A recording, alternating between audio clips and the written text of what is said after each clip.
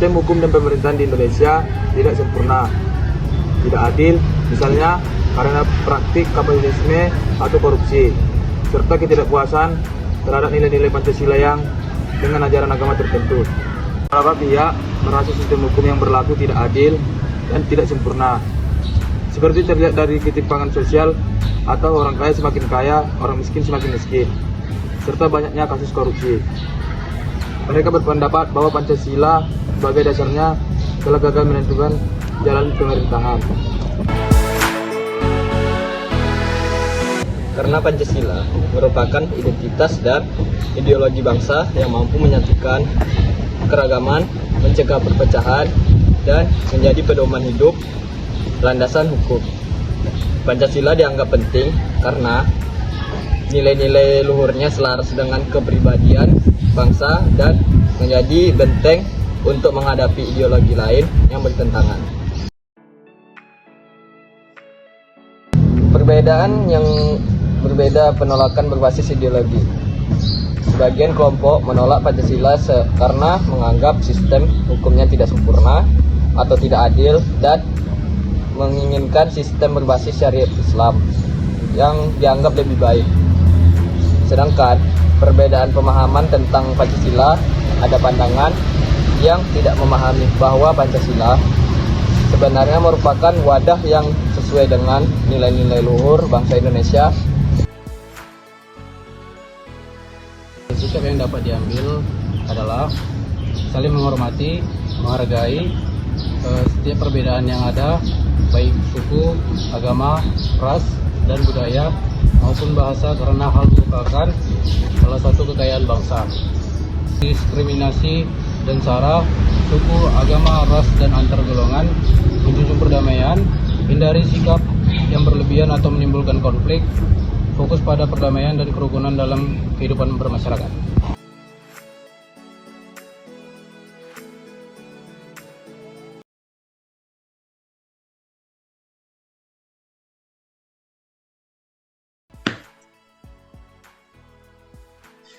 Baik, sekarang ini kita sedang melakukan wawancara sama kawan kita yang menjadi narasumbernya, yaitu Aulia Rahman yang sedang berkuliah di kampus Polsri atau Politeknik Negeri Sriwijaya. Selamat siang, Rahman. Terima kasih sudah bersedia menjadi narasumber hari ini. Kita akan membahas tentang sejarah terbentuknya teks proklamasi 17 Agustus 1945. Selamat siang Vicky, senang bisa berbagi sedikit pengetahuan yang saya miliki. Rahman, sebagai mahasiswa yang mempelajari budaya dan sejarah, bagaimana menurutmu terbentuknya teks proklamasi itu? Menurut saya, proses terbentuknya teks proklamasi itu adalah sebuah momen krusial yang melibatkan berbagai elemen penting. Yang pertama, adanya momentum yang tepat, yaitu kekosongan kekuasaan setelah Jepang menyerah. Yang kedua itu peran-peran tokoh kunci seperti Soekarno, Hatta, dan tokoh-tokoh lainnya yang memiliki visi jelas tentang kemerdekaan. Yang ketiga, adanya dukungan dari berbagai elemen masyarakat yang menginginkan Indonesia segera merdeka. Bisa dijelaskan lebih lanjut mengenai peran-peran tokoh kunci tersebut? Tentu, Soekarno dan Hatta sebagai Dwi Tunggal memiliki peran sentral. Soekarno dengan kemampuan diplomasi yang luar biasa mampu meyakinkan berbagai pihak tentang pentingnya kemerdekaan, dan Hatta dengan pemikiran yang simetris memberikan landasan ekonomi dan sosial bagi negara yang akan dibentuk. Selain itu, ada juga tokoh seperti Ahmad Soebardjo yang memberikan kontribusi dalam merumuskan kalimat-kalimat teks proklamasi. Ada pendapat yang mengatakan bahwa teks proklamasi itu sangat singkat dan sederhana. Apakah kamu setuju dengan pendapat tersebut? Saya setuju. Teks proklamasi memang singkat, hanya terdiri dari 2 kalimat.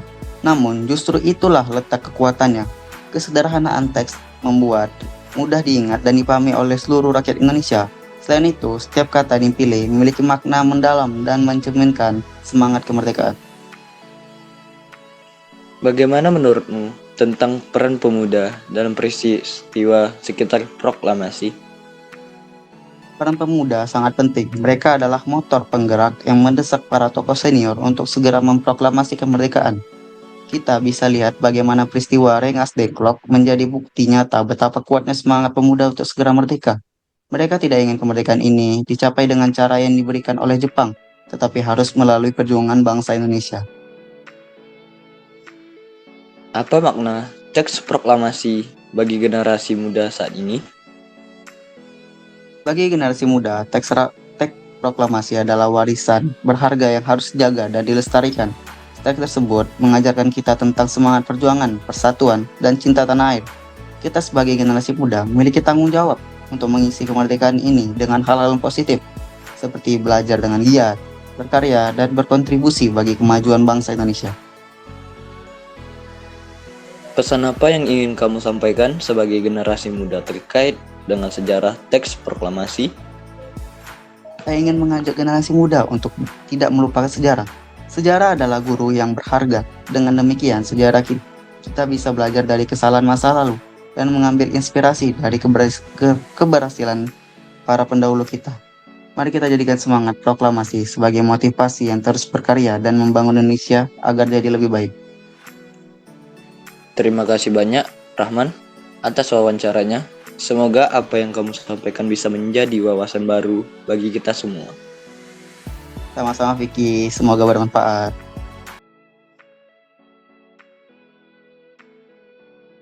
Halo, selamat malam Intan.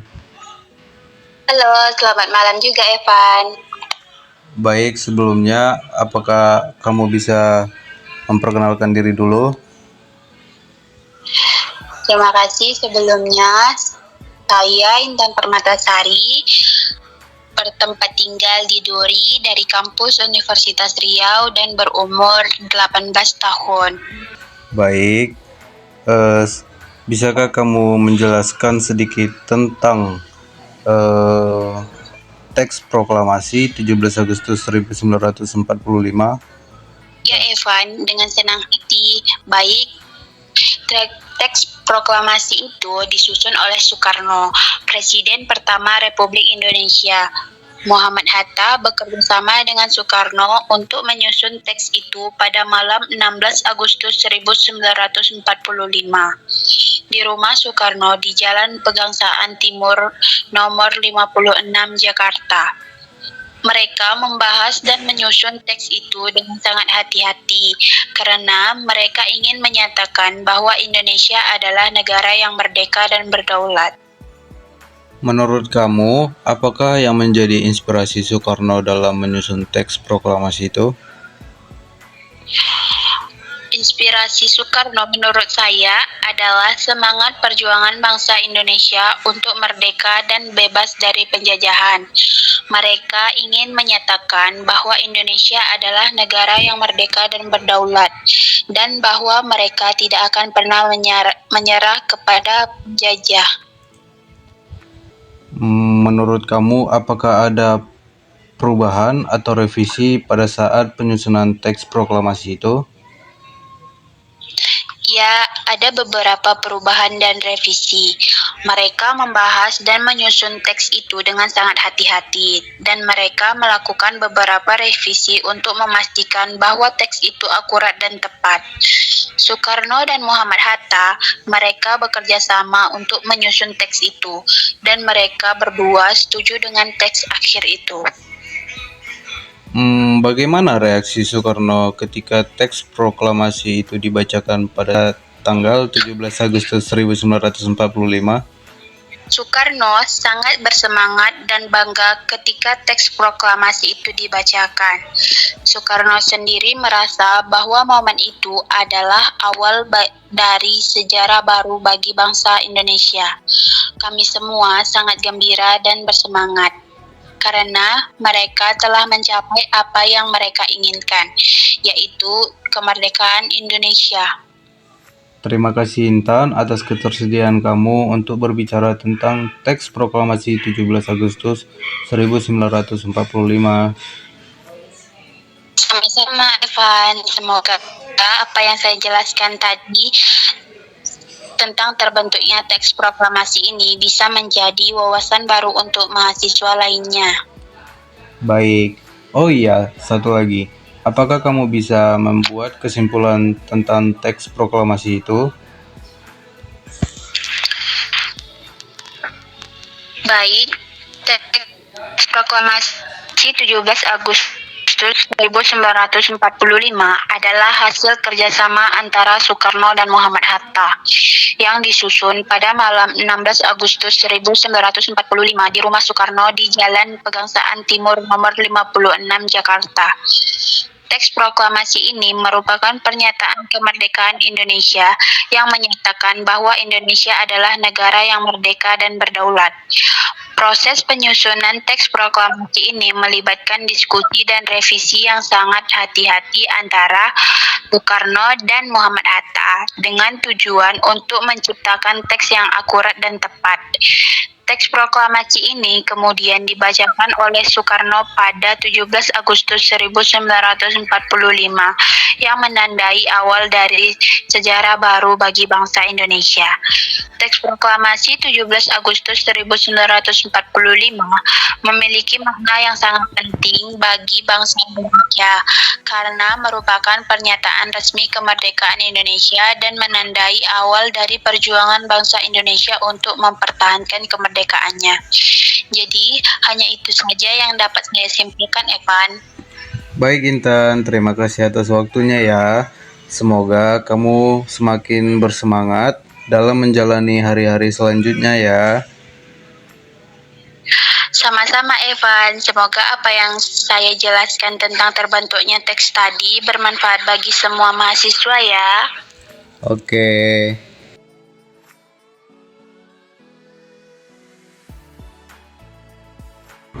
Baiklah, di kesempatan sekali ini saya akan menanyakan kepada narasumber saya yang bernama Widi dari Polbank atau Politeknik Bengkalis. Saya akan menanyakan kepada Widi bagaimana terjadinya proses terbentuknya proklamasi 17 Agustus 1945. Baiklah, terima kasih kepada teman saya yang telah memberikan kesempatan bagi saya untuk menjelaskan materi ini.